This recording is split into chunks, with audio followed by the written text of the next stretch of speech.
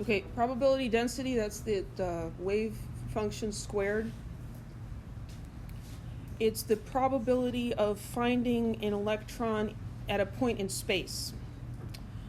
So we take the probability and divide by the unit volume, and that gives us the shape of an orbital. The S orbital is spherical. Oh, some of this is so much detail that I just don't know if you need. The probability density decreases as you get away from the nucleus. Here, let's look at the pictures.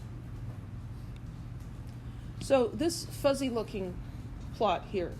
So this would be like if you took multiple exposure photography of an electron, and you took a picture every second, and so every second you've got this dot that shows up at a different place almost every time because the electron's moving around, right? We can't know its velocity and its position at the same time, but we could know its position without knowing anything about its velocity or where it's going. So that's what this is. And there's more density in here, and then as we get away, it gets fuzzier. There's less density. Now, could the electron be over here? It's possible. Not very probable, but it's possible. I wish I could tell you the story about Andrew stealing the neighbor's big wheel, but I don't have time. So you can ask me about that later. That probability function gives us a curve like this. The problem with this is this predicts the highest density is at the nucleus. And that's actually the one place the electron is not. So that function doesn't work quite well, and so they use something called a radial distribution function, which gets into looking at thin shells at different distances from the nucleus, which reminds me of calculus and slivers and adding things up and just integration and stuff like that. This gives us a better picture. And so what this radial distribution function gives us is that the probability starts at 0 at the nucleus. This is distance from the nucleus. The probability of finding the electron at the nucleus is 0. And as you move away, the probability goes up sharply, and then it comes back down sharply, and then it tails out. And this maximum is reached at a distance from the nucleus of 59.2 picometers, which actually corresponds to the measurements. The distance is the x-axis, right? Yeah, x-axis is distance from the nucleus. And so Bohr's model predicted a radius for that first orbit of 59.2 picometers, and it matches up in quantum mechanics. But there's an important conceptual difference. In the Bohr model, the electron is like it's almost on a string. It's always at 52.9 picometers, and it's going in a circle. Whereas in quantum mechanics, the most likely distance is 52.9, but it is also at other places. That's just the most probable. Important conceptual difference. If we look at the 2s and the 3s orbitals, those are also spherical in shape, but now they have nodes in them. So a node is where the wave function goes through 0. So here we have a picture of a standing wave with a piece of string.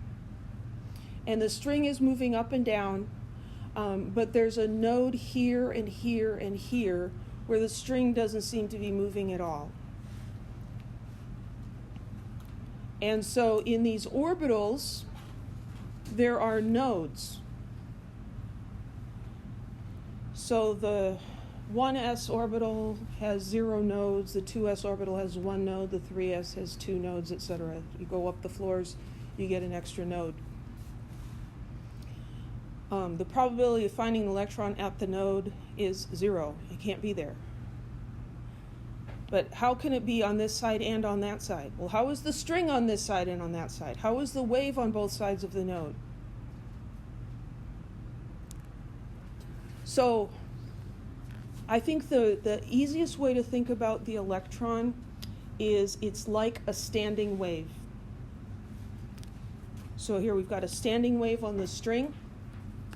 The shape of the orbital is the standing wave. Now, it's not two-dimensional like the string is. It's three-dimensional, and it's weird, but it's the same idea.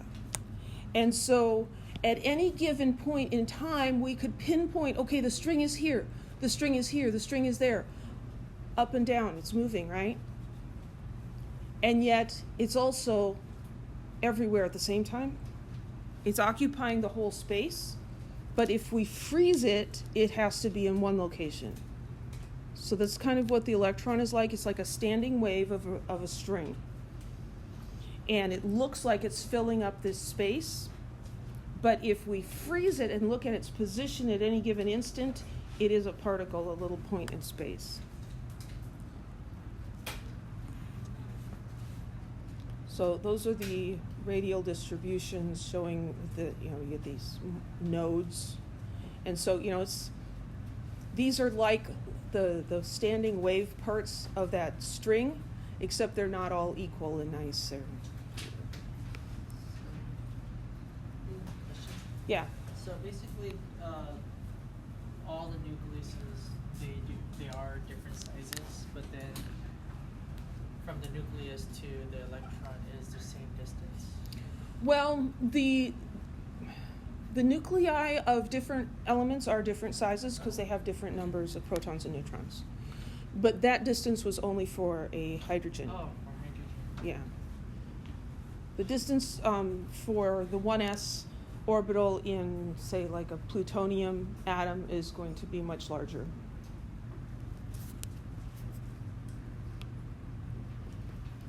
So S orbitals are spherical, S spherical, that's kind of nice. Those are the lowest energy orbitals in the principal energy state. On the hotel floor, the S orbital, the S room is the cheapest room to stay in.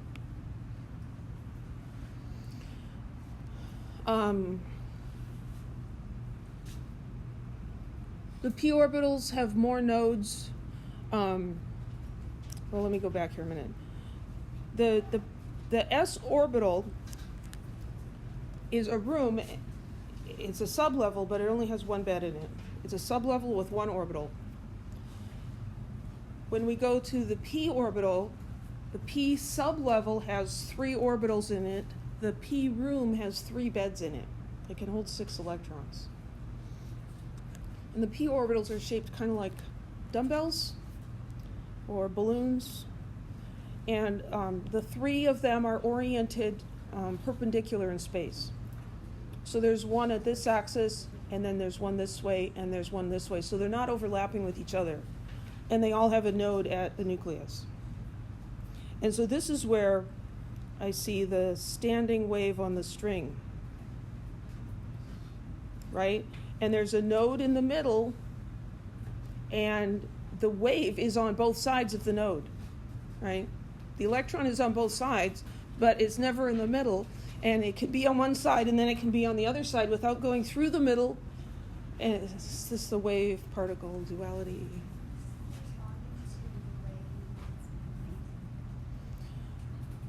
This is not corresponding to the way it's moving. It's just where it is.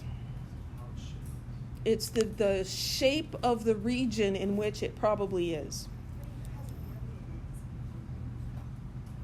Well, the electron is moving, but we can't really say anything about how is it moving. You know what I mean?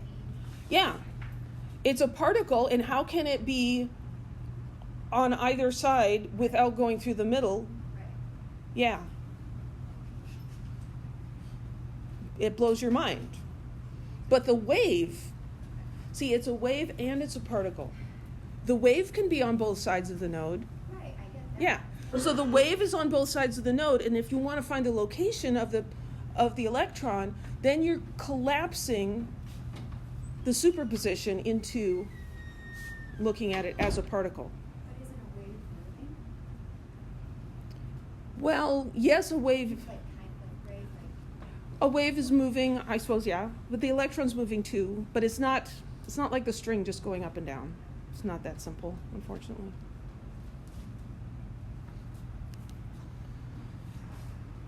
Then there's the D orbitals. They're even weirder. So these guys just kind of look like doubled P orbitals, right? And so those are perpendicular in space also. This one and this one are offset. And then the fifth one is just weird. It's just weird. And then there's the F orbitals. Look at those. There's some crazy balloon art going on there. I will not make you draw those because I don't want to have to evaluate whether it's good or not. Okay, we are just going to have to stop here. Yeah, so I lied. We're not going to stop. We're just going to finish it because, yeah, we're almost done. So the orbitals are determined from mathematical wave functions. The wave function can have a positive value or a negative value. It can also have nodes where the function is equal to 0. And this is like the string in its standing wave going up and down. It goes through 0, right? And it can be above or below. So the sign of the wave function is its phase. So it can be a positive or a negative phase. And when we have two waves that are in phase, they interact with each other in constructive interference. And when we have two waves that are out of phase, they destructively interfere with each other. And so that whole business about the interference of the waves comes into what the orbitals, what the electrons are doing. So here's an S orbital, and this wave function is basically like just this part of this string here. And so that's a positive. You can have another S orbital where the phase is negative. And here we've got positive and negative for the P orbital with a node in the middle. And so I use blue and red. One's positive, one's negative. So all those weird shapes, and yet atoms are spherical. Well, they are spherical because if you take all those orbitals and you superimpose them on top of each other, they would resemble something like this. And then there's even more and more, and the more of them you get in there, the more full and complete the sphere becomes.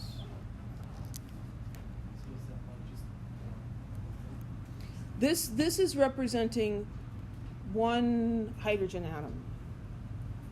And these are all the possible orbitals, well, some of the possible orbitals that the electron could be in. Do you want us to be able to recognize like what orbital it's in by what position it's in? Are you there? No. Okay. Doesn't hydrogen only have an S orbital? So Well, doesn't hydrogen only have an S orbital? That's an excellent question.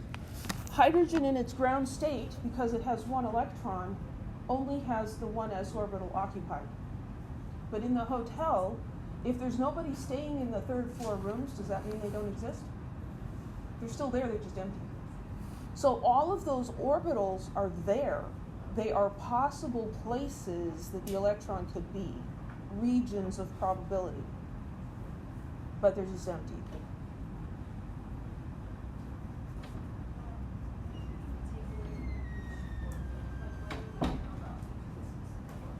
What do you need to know about each of the specific orbitals? That's an excellent question.